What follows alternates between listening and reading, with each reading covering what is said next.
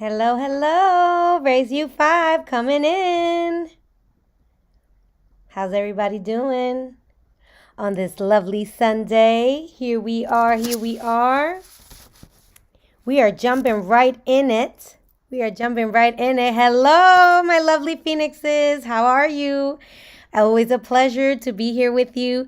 I am so excited. I have so much that I want to give you guys that, really making it concise is more of a little bit of what I struggle with, but I try to do that and give you enough value and jam pack it with enough value. And this is really to open up your appetite, right? Open up your awareness, to start to awaken you.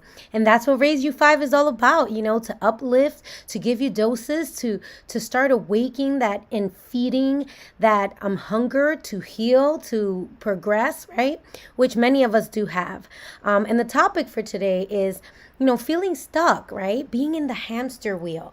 Like you just feel like you could only get but so far. You're unhappy with either work, your career choice, your relationships, your roles, your responsibilities, the role you have to play, your body, how you look, how your habits, if they're healthy or not. And we feel like I just can't break it, right? I just can't be consistent. I just can't get to that other side, and the trick is, there is a secret to that.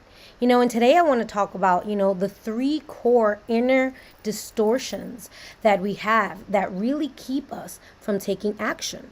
Because at the end of the day, it is the lack of action that gives us the results that we have. Okay, that's why I was piggybacking off of why habits are important.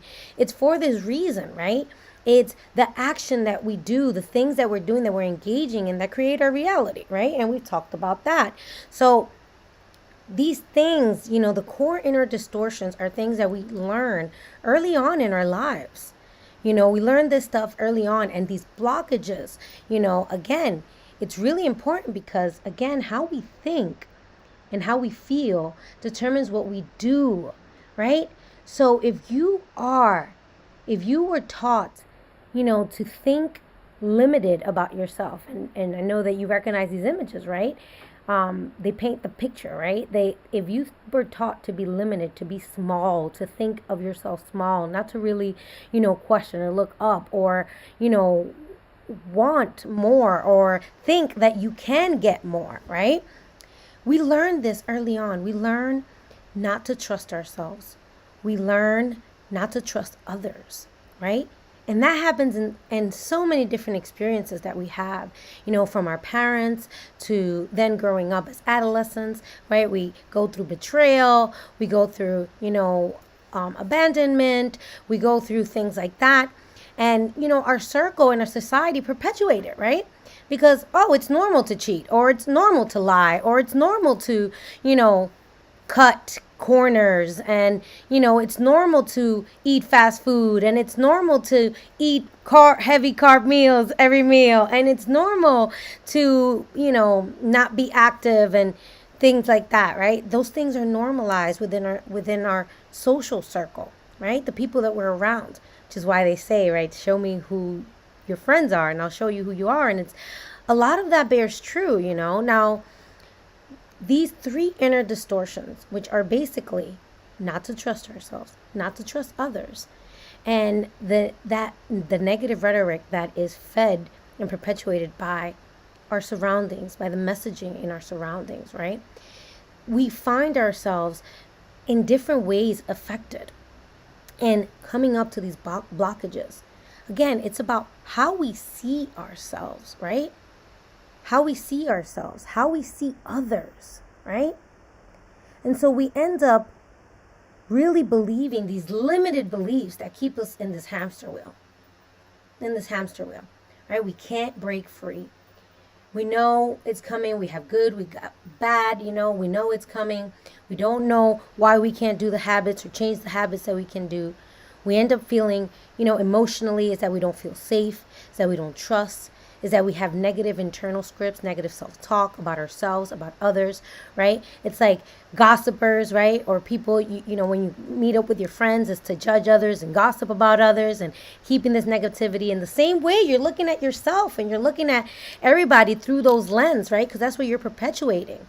You know, then you feel lonely, not good enough, not deserving, scared, highly emotionally reactive through anger, right? And we see that all the time. We're taught to like be loud or answer the emotions to respond with our anger or sadness or crying, you know, and all these things. We have physical symptoms. We start to get anxiety, depression, health problems, low energy, unstable weight, unstable sleep patterns, right?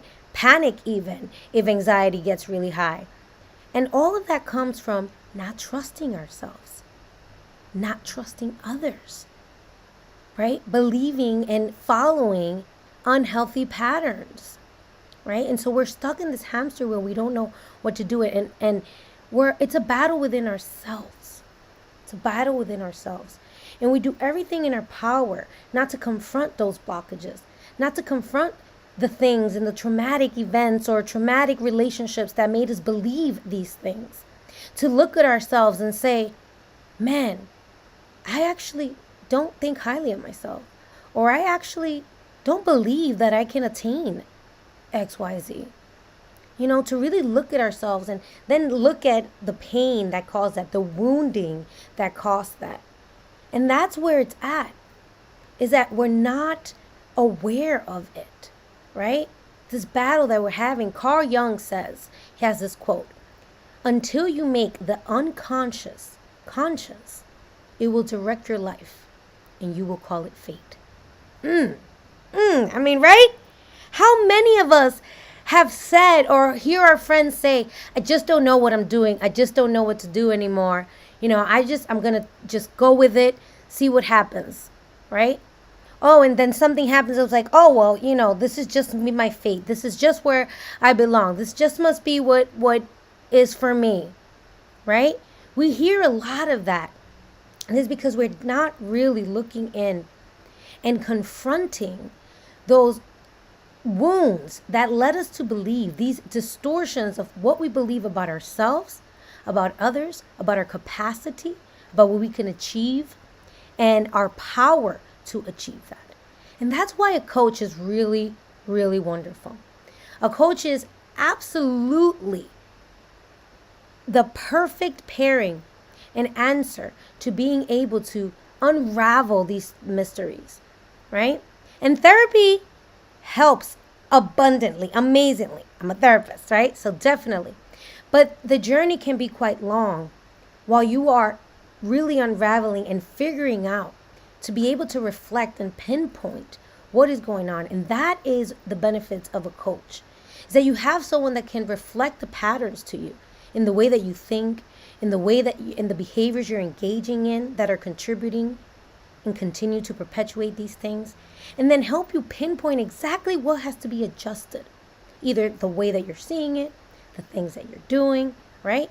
That is why a coach is priceless. Now, what I've been able to do is that through my years of experience, I have over 20 years of experience with community services, with fixing programming for underprivileged communities.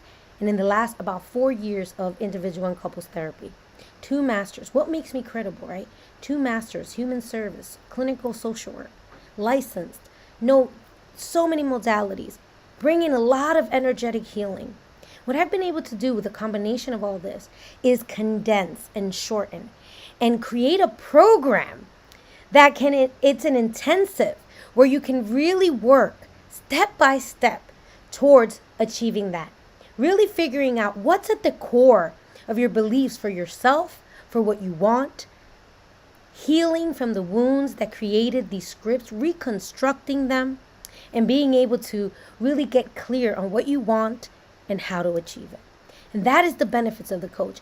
And out of all my credentials, out of all of them, what really is most valuable is that I've been through it myself. I'm human. I'm here with you in the journey, developing, growing, learning, right? Putting it into practice. sharing this wonderful journey that I've been on. The many times that I had to pick myself up. The many times that I had to, not allow myself to stay stuck. To only be what people told me I could be. And there was a lot of that.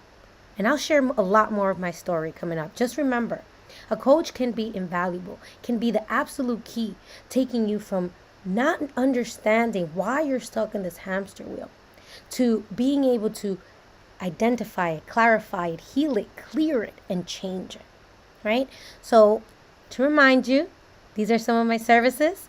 And as I mentioned, I have some beautiful, amazing packages that can, these intensives that can really help you get there faster with all the support that you need, all packaged up beautifully. So check it out. Book your call, reachingheightsllc.com. I'm here and we're here to elevate. We are here to no longer be stuck. We are here to no longer be unhappy. And that is what we're doing. That is where we're going. So, all right. I hope this raised you, baby. Okay, raise you 5. And, high five, because it definitely takes more than 5 minutes. But here we are. Love you guys. Thank you for tuning in. As always, my highest hope is that this is of value and that it may propel you forward towards your highest self and potential. That is what we're doing here. We're rising, baby. All right. Catch you later.